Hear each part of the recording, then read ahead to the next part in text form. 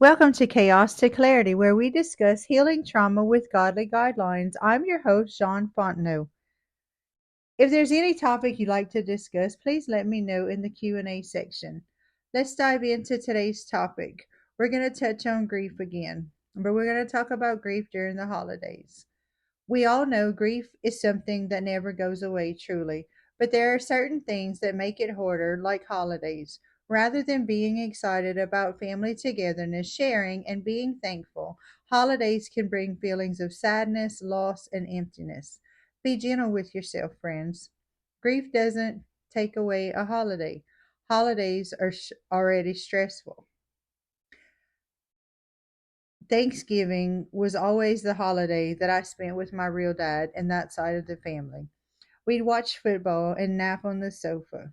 Since he's passed away, I don't really watch much football, and I rarely see my little brother and my stepmom and the rest of that crew.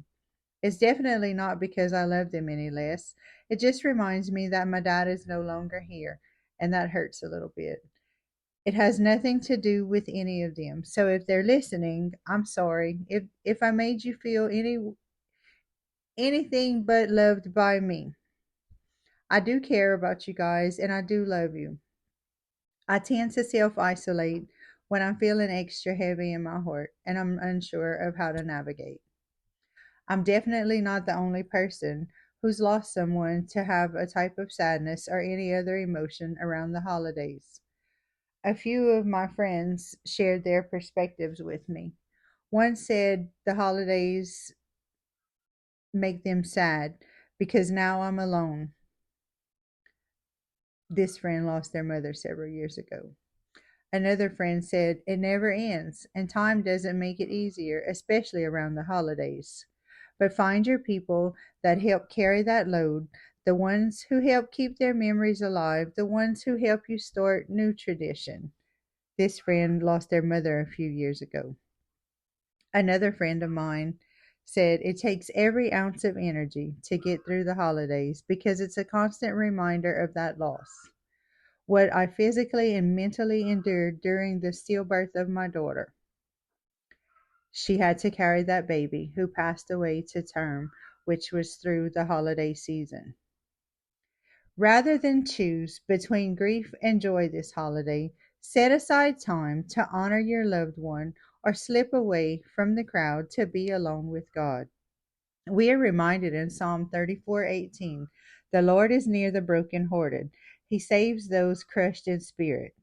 Let him wrap his arms around you like your dad or your mom did. Allow him to heal you a little bit at a time. Be thankful and enjoy the family that you do still have and that you get to celebrate with. Start a new tradition of talking about your loved one or by honoring them with a photo or anything else that reminds you of them.